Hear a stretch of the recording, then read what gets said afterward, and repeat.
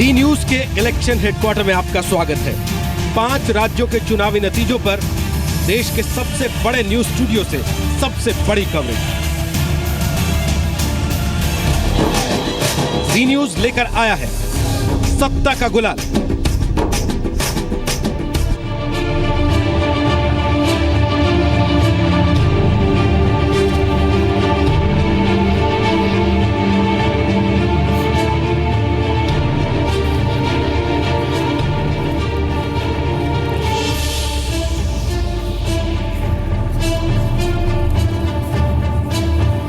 नमस्कार, स्वागत है आपका जी न्यूज के इस इलेक्शन हेडक्वार्टर में। हम आ चुके हैं आज लेकर सत्ता का गुलाल। जी हां, होली है और होली के दिन असल में गुलाल लगाने का मौका किसको मिलेगा और असल में खुशी मनाने का मौका किसको मिलेगा, ये पता चलेगा कल। लेकिन हमारी इलेक्शन कवरेज जी न्यूज के इस हाईटेक स्टूडियो से, जो खास तौर पे इस इलेक्शन के दिन के लिए हमने बनाया है आपके लिए, यहां से आज शुरू हो चुकी है।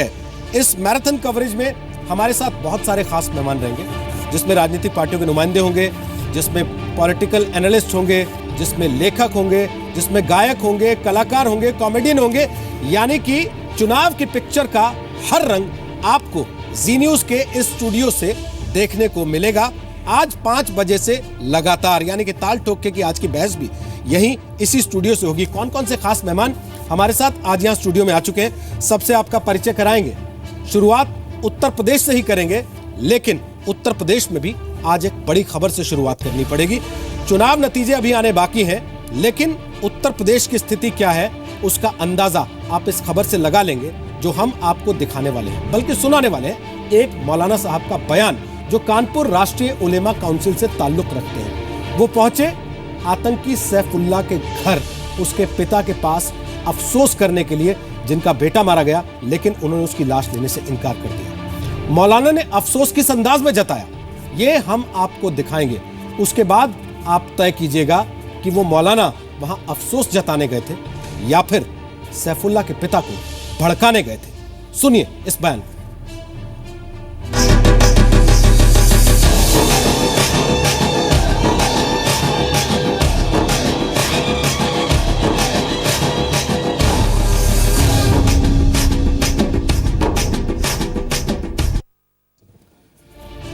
तो हम ये बयान सुनाएं, उसके पहले आपको ये बताएं हमारे साथ आज कौन कौन से खास मेहमान इस स्टूडियो में आ चुके हैं और कौन कौन से खास मेहमान जो राजनीतिक पार्टियों से ताल्लुक रखते हैं हमारे साथ अलग अलग जगहों से जुड़ रहे हैं। राजीव त्यागी हमारे साथ हैं, वो प्रवक्ता हैं कांग्रेस पार्टी के। स्वागत है राजीव त्यागी आपका आज हमारी इस खास कवरेज में। संबित पात्रा हमारे साथ यहाँ स्टूडियो में आ चुके हैं, बीजेपी के प्रवक्ता हैं। स्वागत है संबित पात्रा आपका भी। सुनील यादव साजन स्पोक्स पर्सन समाजवादी पार्टी के हैं, अखिलेश यादव के बहुत करीबी कहे जाते हैं, युवा नेता हैं। स्वागत है सुनील यादव साजन आपका भी। जितेंद्र त्रिपाठी बहुजन समाज पार्टी का पक्ष रखेंगे, वो अब से कुछ मिनट के बाद हम उम्मीद कर रहे हैं स्टूडियो में हमारे साथ आ जाएंगे। टी.आर. रामचंद्रन वरिष्ठ पत्रकार है, स्वागत है आपका टी.आर. रामचंद्रन स्टूडियो में। निनाद सेठ हमारे साथ आ चुके हैं, न केवल कॉलमिस्ट है, लेखक है, सेफोलॉजिस्ट भी हैं और कल आप उनसे परिचित हो चुके हैं भली भांति। स्वागत है निनाद सेठ आपका भी।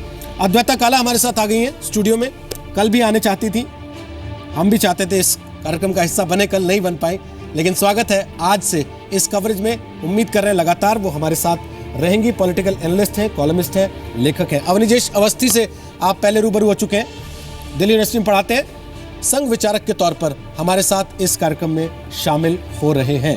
डॉक्टर सैयद मुबिन जहरा हमारे साथ हैं, सोशल एनालिस्ट है, कॉलमिस्ट है। स्वागत है डॉक्टर जहरा आपका भी, कल भी वो हमारे साथ इस कार्यक्रम का हिस्सा थी। शेफाली वैद्य हमारे साथ है, पॉलिटिकल एनालिस्ट है, कॉलमिस्ट है। स्वागत है शेफाली वैद्य आपका भी। राहुल रोशन भी हमारे साथ होंगे, वो सोशल मीडिया एक्सपर्ट हैं, वो भी इस कवरेज का हिस्सा लगातार हमारे साथ रहेंगे। लेकिन सवाल जवाब शुरू करें उसके पहले सुनिए मौलाना साहब का बयान क्या था। आज इनके लड़के के साथ वो मैंने बात की, ये डर रहे कि अगर मैं कहूँगा मेरा मोहल्ला मेरा मुखालिफ हो जाएगा, हमें लड़ना होगा। मैंने पूछा, इन्होंने बताया कि इनके बच्चे आज तक इतने अंदर से दबे हुए हैं, मीडिया वाले कैमरा लगा करके, क्या आपका लड़का आतंकवादी था? 20 साल जिस बाप ने पाला, 2 महीने से वो जाके वहाँ नौकरी करने के चक्कर में वो लड़का कह रहा है कि अब वो हमारा वीजा लग गया, हम बाहर जा रहे हैं। आप सब लोग इनका साथ दीजिए। अगर कहीं पर कोई पुलिस वाले इनके साथ गलत करते हैं, मेरा नंबर भी नोट कीजिए आप लोग, 40-45-45। हमारे अभी आजमगढ़ में हुआ था, हमने लड़ाई लड़ी, किसी हिम्मत नहीं किसी पुलिस वाले की आ जाए। वो वर्दी पहन के अगर गुंडाई करेंगे, उनकी वर्दी उतारने की ताकत हमारे पास है। वर्दी पहनने का मतलब ये नहीं कि आप गुंडाई करो। अगर आप सब साथ दोगे, इनको हिम्मत दो, अगर ये खड़े हो गए, खुदा की कसम जिसने एनकाउंटर किया उसकी वर्दी खाल के साथ उतारेंगे। ये कहते जज्बात नहीं खत्म होंगे, नहीं खत्म होंगे। ये जज्बाती बात मैं नहीं कर रहा हूँ।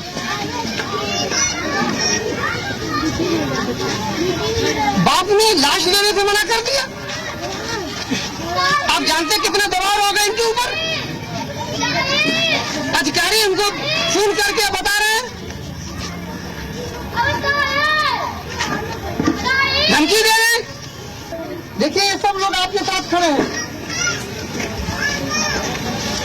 आप करें तो मोहल्ले वाले नाराज हो जाएंगे।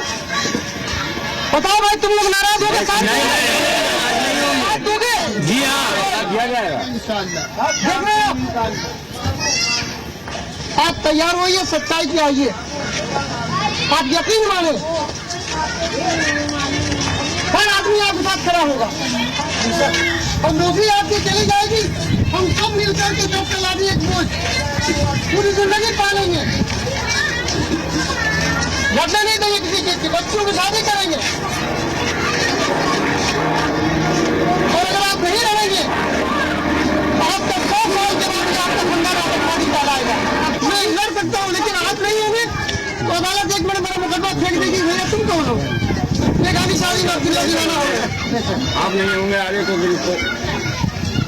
आपको सिर्फ इतना कहना है, अगर आपका बेटा आतंकवादी था तो आप जानिए। मौलाना साहब यही खत्म नहीं हुए, इसके बाद भी उन्होंने कुछ बातें की। हम कोशिश करेंगे कार्यक्रम के आगे हिस्से में वो बातें भी आपको सुनवाएं, कैसे वो इस देश की सुरक्षा एजेंसियों को, इस देश की न्याय व्यवस्था को खुलेआम चौराहे पर खड़े होकर चुनौती दे रहे थे। सवाल यह है कि मजहब के नाम पर आतंक को बढ़ावा देने की ऐसी कोशिशें भला कब तक चलती रहेंगी और सब लोग बैठ के चुपचाप देखते रहेंगे? सवाल यह भी है कि कोई भी आदमी, वो चाहे धर्मगुरु हो, मौलाना हो, इस तरह से देश के कानून को खुलेआम चुनौती कैसे दे सकता है? इसके अलावा सवाल यह भी है कि पुलिस की खाल खींचने की बात आतंकवाद को बढ़ावा देना देशद्रोह नहीं है क्या? वो कह रहे हैं कि जिसने एनकाउंटर किया उसकी खाल समेत वर्दी उतरवा देंगे। क्या धर्म के आधार पर लोगों की भावनाएं भड़काना वो देशद्रोह नहीं है क्या? और सबसे बड़ी बात, किसकी शय पर मौलाना आमिर रशादी ने लोगों को भड़काने का यह काम किया? सुनील यादव साजन, आप समाजवादी पार्टी के नेता हैं। जब तक आपकी ही या किसी और की सरकार नहीं आ जाती, हम मानते हैं कि कानून व्यवस्था, लॉ एंड ऑर्डर आपकी जिम्मेदारी है। किसकी शय पर इन लोगों को इतनी हिम्मत मिलती है कि चौराहे पे खड़े होकर वो कहते हैं बताइए आप साथ देंगे तो जिसने एनकाउंटर किया है उसकी खाल और वर्दी दोनों खिंचवा देंगे? देखिए, इसमें किसी की सह पर नहीं, मैं ये कह सकता हूं कि ये ऐसे लोग हैं जो समाज को तोड़ना चाहते हैं, समाज को बांटना चाहते हैं। केवल टोपी लगा लेने से, दाढ़ी बढ़ा लेने से कोई मुसलमान नहीं हो जाता। मुसलमान, असली मुसलमान वो है जो अपने देश के लिए मरे और देश के लिए करे। मैंने इनके पिताजी का, जो आतंकवादी थे, उनके पिताजी का बयान मैंने लाइव में सुना था और उन्होंने ये कहा कि मैं अपने बेटे की लाश इसलिए नहीं लेना चाहता क्योंकि वो आतंकवादी है, वो देश के खिलाफ था। तो कम से कम जो ये मौलाना साहब गए थे, उनको उनके पिताजी से, उनके अब्बू से ही सीख ले लेनी चाहिए कि अगर जिसका बेटा जिसने ये किया था उसका बाप देश के साथ खड़ा है तो उनको बोलने का कोई हक नहीं है। मौलाना साहब तो लेकिन लगता है राजीव त्यागी की कांग्रेस पार्टी से सीख ले रहे थे बजाय सैफुल्लाह के पिता से सीख लेने के, क्योंकि अकेली कांग्रेस पार्टी थी जिसने सीधे सीधे सवाल उठा दिए इस मामले पे।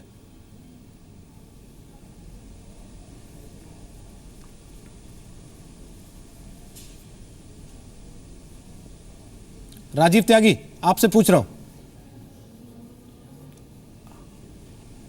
अच्छा, आप मुझसे पूछ रहे हैं? जी, कांग्रेस आप ही की पार्टी है क्या ना सर? सवाल तो पूछा, जरा बताएंगे, क्योंकि डिस्टर्बेंस है आज बहुत ज्यादा। सर मेरा सवाल बड़ा सीधा सा है सुनील यादव ने कहा कि उसको सैफुल्ला के पिता से सीख लेनी चाहिए थी मौलाना साहब को। मुझे लगता है मौलाना साहब ने कांग्रेस पार्टी से सीख ले ली बजाय सैफुल्ला के पिता से सीख लेने के। देखिए रोहित जी, ये जो विषय चल रहे हैं आजकल, कांग्रेस पार्टी ने कोई सैफुल्ला की वकालत नहीं की है। कांग्रेस पार्टी ने सिर्फ इतना कहा है कि आईएसआईएस से जो लिंक जोड़ा गया था, जो टीवी चैनल्स पे चला था, उसकी जांच होनी चाहिए, क्योंकि आईएसआईएस कोई वैसी संस्था नहीं है कि उसका नाम वैसे ले दिया जाए। वो बहुत ही खतरनाक संस्था है और उसके अगर तार यहाँ हिंदुस्तान में जुड़ रहे हैं तो चिंता का विषय 125 करोड़ लोगों के लिए है। और मैं भी चिंतित हूँ इस बात को लेकर के। और बहुत स्पष्ट कर दूँ कि हम क्या बनाने चले थे, क्या बना बैठे, कहीं मंदिर बना बैठे, कहीं मस्जिद बना बैठे। हमसे तो परिंदे अच्छे जो कभी मंदिर पे जा बैठे, कभी मस्जिद पे जा बैठे। क्या रोहित जी, मैं एक बात पूछना चाहता हूँ, बहुत स्पष्ट पूछना चाहता हूँ, क्योंकि धर्म बीच में आता है राजनीति में और 47 से हम लोग बाग यही देख रहे हैं, कभी हिंदू धर्म, कभी मुस्लिम धर्म, कभी सिख धर्म, कभी ईसाई धर्म। मेरी पीठ पे तो नहीं लिख के भेजा है उसने कि मैं हिंदू हूँ, या किसी मुसलमान की पीठ पे नहीं लिखा है कि वो मुस्लिम है। मेरे को तो ये नहीं पता, मेरे को तो ये पता है कि मेरा ईश्वर संस्कृत भी जानता है, अरेबिक भी जानता है, फ्रेंच भी जानता है, सारी भाषा जानता है, वो मनोभाव भी जानता है, जो बोल नहीं सकते उसकी भाषा भी जानता है। त्यागी जी, पीसी चाको को नहीं आती क्या ये बातें जो आपको आती हैं? मैं कंप्लीट करता हूं। पीसी वो चाको कहते हैं कि चुनाव था इसलिए ऐसा किया। मैं कहना चाहता हूं, वो उनका निजी विचार होगा। लॉ है, वो उनका निजी विचार होगा। रूल ऑफ लॉ है देश में, रूल ऑफ लॉ है देश में। और रूल ऑफ लॉ, देखिए, निजी विचार रखना प्रत्येक हिंदुस्तानी का अपना एक अधिकार है, उस पर आप कोई टिप्पणी नहीं कर सकते। अच्छा। और मैं कहूंगा कि निजी विचार रखने चाहिए। विचार है तभी प्रजातंत्र है। सवाल है तो हयात है, सवाल ही हयात है, सवाल ही कायनात है, सवाल ही खिलाफ है, सवाल ही जवाब है। जवाब मिले ना मिले, सवाल करते रहिए। त्यागी जी, ये मैं मानता हूं कि देश के खिलाफ विचार नहीं रखने चाहिए, और किसी भी व्यक्ति के विचार देश के खिलाफ मुझे नहीं लगते हैं कि किसी भी पीसी चाको के विचार हो या अन्य किसी व्यक्ति के विचार हो जो आतंकवादी गतिविधियों में लिप्त नहीं है। अगर आपको लगता है शेरो शायरी करके आप ढक लेंगे इस बात को, तो निबंध ठीक है सर, कुछ मैं वाह कर देता हूं, इरशाद कह देता हूं सर 2 बार, आपको भी अच्छा लग जाएगा थोड़ा। लेकिन जो मौलाना ने कहा वो किसी को अच्छा नहीं लगा, और जो पीसी चाको साहब ने कहा था वो खुद आपको भी शायद बहुत अच्छा नहीं लगा, वरना आप शेरो शायरी नहीं करते, डिफेंड करते। संबित पात्रा, क्या पीसी चाको के बयान के बाद मौलाना का वहां जाके खड़ा होना इस बात की तस्दीक नहीं करता कि कांग्रेस पार्टी के स्टैंड से कुछ लोगों को हिम्मत मिली? देखिए, केवल पीसी चाको नहीं, एक बहुत लंबी फहरिस्त है और इसका एक बहुत बड़ा लंबा इतिहास भी है। और राजीव भाई को मैं बड़ा पसंद करता हूं, अच्छा बोलते हैं, मगर ये परिंदे अच्छे हैं हमसे, इसमें कोई शक नहीं है। तो 2 परिंदों को जनरल सेक्रेटरी बनाना चाहिए था। ये पीसी चाको और दिग्विजय सिंह को क्यों बनाया है? परिंदों को बनाते वो बैठते जाके यहाँ वहाँ, तो दिग्विजय सिंह को नहीं बनाना था। अब देखिए 26/11 हुआ तो यही परिंदा था जो कह रहा था 26/11 आरएसएस की साजिश है, पाकिस्तान की नहीं है। और जब बाटला हाउस एनकाउंटर हुआ तो एक और परिंदा आया था, सलमान खुर्शीद। उस परिंदे ने कहा कि सोनिया जी को रात को नींद नहीं आई और वो बहुत रोई। और उसके बाद आपको याद होगा इसी आईएएस ने एक वीडियो रिलीज किया था जिसमें कि जो व्यक्ति छूट गया था बाटला हाउस एनकाउंटर में, वो वहां आईएएस सीरिया में झंडा फहरा रहा था आईएएस का। आलम तो यह है कि याकूब मेमन को कोर्ट फांसी देती है, बीजेपी फांसी नहीं देती है, कोर्ट फांसी देती है। तो ये तमाम लोग जाके कहते हैं Yakub Memon was hanged because he was a Muslim. और उसके बाद 3:30 बजे सुबह जो है कोर्ट के दरवाजे भी खोलने पड़ते हैं और इसको ये लोग कहते हैं ये अभिव्यक्ति की आजादी है। आप याद करिए ओसामा बिन लादेन को अमेरिका ने मारा, उसके बाद पीड़ा एक परिंदे को हुई थी, दिग्विजय सिंह को। ओसामा जी के साथ इस प्रकार का बर्ताव यूएस को नहीं करना चाहिए था, ये इसी परिंदे ने कहा था। ये शेरो शायरी का विषय नहीं है। मैं यहाँ समाजवादी पार्टी के प्रवक्ता बैठे हैं, एक बड़ी बात याद दिलाऊं और मैं हूबहू जो कोर्ट ने कहा था वो कहूँगा। 2012 में इन्होंने बनारस में जो 2007 में बम ब्लास्ट हुए थे उसके मुजरिमों को छोड़ने का निर्णय समाजवादी पार्टी ने ली। पूरा मामला कोर्ट में गया, इलाहाबाद हाई कोर्ट ने। आप जानते हैं 2 जज बैठे थे, 2 जज ने क्या कहा? उन्होंने कहा आज आपकी हिम्मत कैसे हुई 2 आतंकवादियों को छोड़ने की? आज आतंकवादी छोड़ रहे हैं, कल आप उनको पद्मश्री अवार्ड देंगे। ये मैं नहीं कह रहा हूं, ये 2 जजों ने कहा था। बताइए हमारे देश में इनका बस चले, ये सूडो लिबरल्स जो हैं ये तो पद्मश्री दे देंगे। आप इनको क्या बोल रहे हैं कि ये निजी बयान है? इनके निजी बयान हो सकते हैं। मनीषन प्लीज ना, ये कोर्ट ने कहा था, मैं नहीं। कोर्ट बोल लीजिए त्यागी जी, बोल लीजिए, बोलिए थोड़ा अभी सपोर्ट कर दीजिए। देखिए, संबित पात्रा को मैंने सुना हमारे परिंदे तो जैसे हैं ऐसे हैं, लेकिन तुम्हारे तो इंसान ही नहीं मेरे मित्र, जो एक हाथ में माला दूसरे में भाला की बात करें, जो राम जादव की बात दूसरे जादव की बात करें, जो पूरे एक कौम को बर्बाद करने की बात करें। इस गुलिस्ता को सींचने में हिंदू मुस्लिम सिख ईसाई सबका योगदान है। ब्लैक शीप्स हो सकती है, सब जगह हो सकती हैं।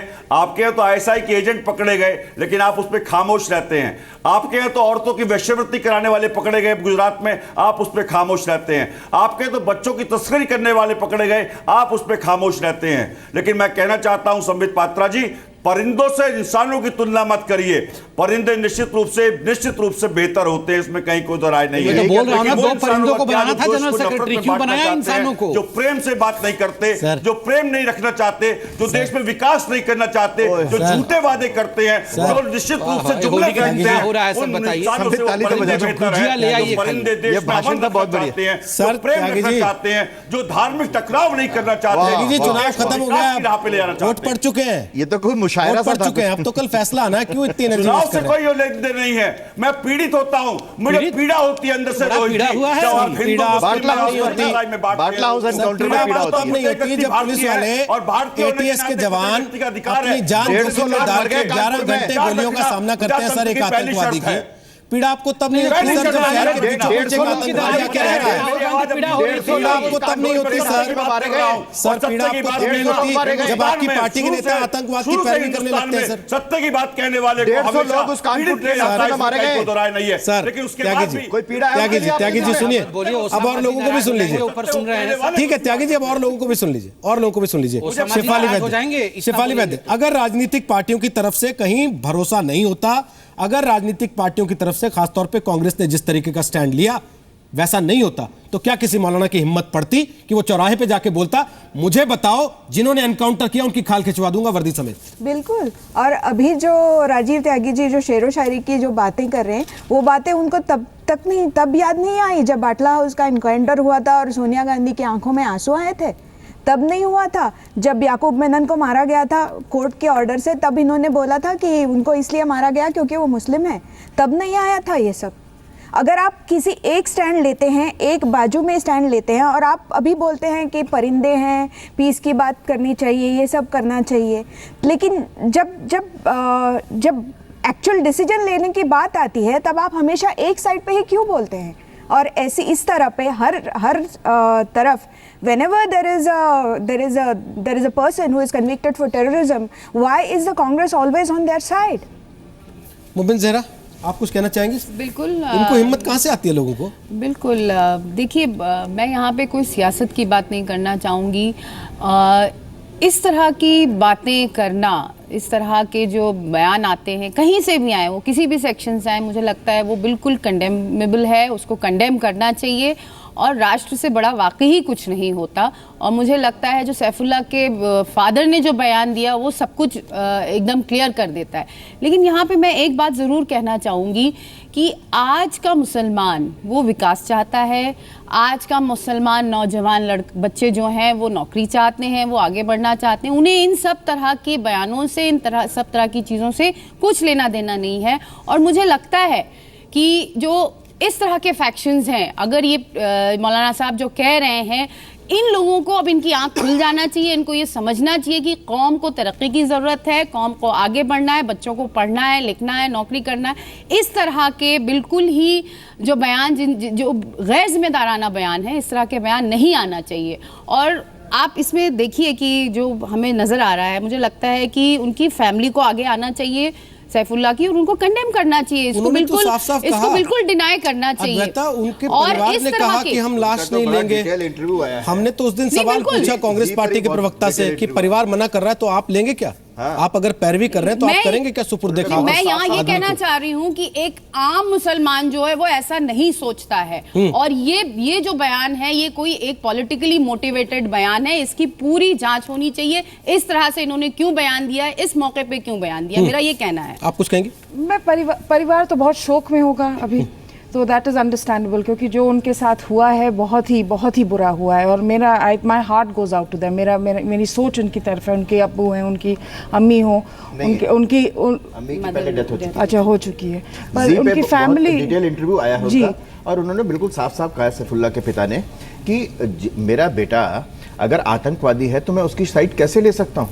मेरे लिए देश पहले है, राष्ट्र पहले है। जो देश के खिलाफ काम कर रहा है मैं कभी उसके साथ नहीं खड़ा हूंगा। न सिर्फ सैफुल्लाह के पिता बल्कि सैफुल्लाह के बड़ा भाई, उन्होंने भी समझाने की कोशिश की। 1 घंटे तक पूरी बात हुई है और लेकिन वो नहीं माने और उन्होंने बिल्कुल साफ साफ कहा है कि जिस देश में मैं रहता हूँ, जिस इलाके में रहता हूँ, जिस मोहल्ले में मैं रहता हूँ, वहां पर मुझे कभी आज तक कोई दिक्कत नहीं हुई है। मुझे कहीं किस तरीके की दिक्कत नहीं हुई है। तो उनको इसमें घसीटा ना जाए, जो भी कर रहा हो, जो भी राजनीतिक चीज़ों के लिए कर रहा हो, जो भी मोटिवेशन हो उनका। पर एक दूसरी बात और है, और मैं मौलाना साहब से बिल्कुल I don't agree with him at all, पर ये 2 एस्पेक्ट है जिनके बारे में हमें बात करना चाहिए। एक तो है कि कम्युनिटी लीडरशिप कभी कभी उत्साह देती है टुवर्ड्स रेडिकलाइजेशन, इसको हमें रिकग्नाइज करना चाहिए और इसके बारे में सीधे तौर से बात भी करनी चाहिए। और ये जो कम्युनिटी लीडर्स ये करते हैं उनको सामने ला के उनके बारे में बात करना चाहिए। ये नहीं जेनेरिक स्टेटमेंट्स कह के इसको नहीं हम छोड़े। दूसरी चीज है, इन्होंने बहुत मैनिपुलेटिव चीज भी कही है। उत्तर प्रदेश में लॉ एंड ऑर्डर इशू है, trust when it comes to police बहुत ही लो है। तो इन्होंने ये मैनिपुलेटिव चीज कही है कि उन्होंने लॉ एंड ऑर्डर इशू को रेस करके कहा है कि दैट डिस्ट्रस्ट जो रहता है पुलिस की तरफ उत्तर प्रदेश में, वो भी इन्होंने इसका इस्तेमाल किया है। तो हमारी खुद जब हमारी व्यवस्था में इतनी लकूने हैं, इतनी गैप्स हैं, तो ऐसे लोग इसका इस्तेमाल तो करेंगे ही, और यही हुआ है। एक मिनट दिनाथ सेठ सर, ये बोलिए। नहीं, मैं ये कहना चाहता हूं कि ये एक बहुत खतरनाक उदाहरण है। पूरी दुनिया की डेमोक्रेसीज इस वक्त इस्लामिक रेडिकलाइजेशन और इस्लामिक स्टेट से की जो चैलेंज है उससे जूझ रही है। उसमें अगर हिंदुस्तान में, जहां एक प्यू रिसर्च का प्रोजेक्शन आया था कि 2050 में सबसे ज़्यादा मुसलमान हो जाएंगे, वहाँ पॉलिटिकल लीडरशिप अगर बैक करती है इस तरह की रेडिकलाइजेशन, तो ये छोटी बात नहीं है, ये बहुत बड़ा खतरा है। क्योंकि इंस्टीट्यूशनलाइजेशन ऑफ रेडिकलिज्म से बड़ा खतरा हो नहीं सकता। और इसको 2 तरीके से बंद किया जा सकता है। और एक तो है कि पुलिस वाले उसी समय अरेस्ट करें और ट्राई करें उसी समय। लोगों को डर होता है अगर डंडा पड़ता है। अगर ये एक और वाकया है, कुछ नहीं करना, कोई बात नहीं, तो ये बढ़ेगा। इसको बंद करना बहुत ज़रूरी है, क्योंकि जैसे मैंने कहा बहुत बड़ा खतरा है इस वक्त इंडिया को नहीं, पूरी दुनिया की डेमोक्रेसीज को इससे। तो इसमें इसी वक्त अगर कार्यवाही नहीं होती तो ये बढ़ेगा। हम एक चीज़ नहीं समझ पाते रामचंद्रन साहब, कोई भी ऐसी चीज़ सामने आती है, मसलन यूपी पुलिस ने कहा ISIS से उसका ताल्लुक था, उसके घर से झंडा मिला, उसके घर से जो लैपटॉप मिला, उसमें जो हिस्ट्री है, जो चीज़ें वो विजिट कर रहा था, वो सारी ISIS की तरफ ले जाती है। हम कहते हैं उसके घर से ISIS का आइडेंटिटी कार्ड नहीं मिला। जब तक आइडेंटिटी कार्ड नहीं मिलेगा हम मानेंगे कैसे? हमें किसने कहा कि अबू बगदादी जो है वो सबको ID कार्ड दे के भर्ती करता है, जो हम सबूत मांगने चलते हैं तुरंत। और जब पुलिस कह रही है सेल्फ रेडिकलाइजेशन जैसी चीज़ है, होती है, दुनिया भर में हम देख रहे हैं, पढ़े लिखे लोग उसके शिकार हो रहे हैं, तो हम अपनी आंखें बंद क्यों रखना चाहते हैं? ठीक है, आपसे मेरे ख्याल में कोई असहमत नहीं हो सकता कि ये एक बड़ा डेंजरस चीज़ इस देश में देखने को आया है पिछले 6-8 महीने से। ये खासकर केरला से शुरू हुआ है, जहाँ फैमिलीज बीवी बच्चों के साथ सीरिया पे चले गए, अपने आप में पेरेंट्स को ये बता के कि हम हज के ट्रिप में जा रहे हैं। उसमें से कुछ लोग अब जब वापस आए हैं तो इसका जो भनक है और कितना सीरियस ये मसला है, ये अब उभर के आ रहा है। यहाँ पर जो टिप ऑफ मिला है वो हैदराबाद का जो स्पेशल यूनिट है जो टेररिज्म को ट्रैक कर रहा है, वहाँ से इनको ये टिप ऑफ आया है। और उसके बावजूद मेरे ख्याल में जो चीज़ें बाकी राज्यों में हुए, मध्य प्रदेश ले लीजिए, मध्य प्रदेश से भी इनको टिप ऑफ आया है। पर इसका मतलब है ये कि ये स्थिति दिन बर दिन गंभीर होती जा रही है, और उसका नतीजा ही ये है जो मौलाना साहब ने खुलेआम जो बोलना था बोला। रोहित, मैं ये मानता हूँ कि इस देश का मुसलमान बड़ा पेट्रियाटिक है, इस देश में रहना चाहता है, उसको पाकिस्तान की असलियत के बारे में काफ़ी कुछ चीज़ें पता है, और ऐसे कुछ उभर के आ जाए जो उसके फादर को ही ना मालूम हो, तो ये एक बड़ी डेंजरस सा स्थिति पैदा हुआ है। आखिरकार इसको बिल्कुल एनकरेज नहीं करना चाहिए, इसको तो you will have to kill it, nip it in the bud. एक छोटा सा ठीक है, ये बताते हुए कि एग्जिट पोल ने जो कल बातें कही हैं उसके बाद बहुत सारी सुगबुगाहट हो रही है। लगातार समाजवादी पार्टी के बड़े बड़े नेताओं की तरफ से ऐसे बयान आ रहे हैं जो ये इशारा करते हैं कि सब कुछ ठीक ठाक नहीं है, कहीं ना कहीं आत्मविश्वास डोल रहा है। सुनील यादव से पूछेंगे क्या उनका आत्मविश्वास भी डोल रहा है, और क्या वो भी मानते हैं कि राहुल गांधी का साथ लेने की वजह से अखिलेश यादव की नैया डूब सकती है। लगातार ये कवरेज चलेगी, आज से लेकर कल रात तक चलेगी और वो सारे सवाल हम यहां से उठाएंगे जो आपके मन में है, आप पूछना चाहते हैं।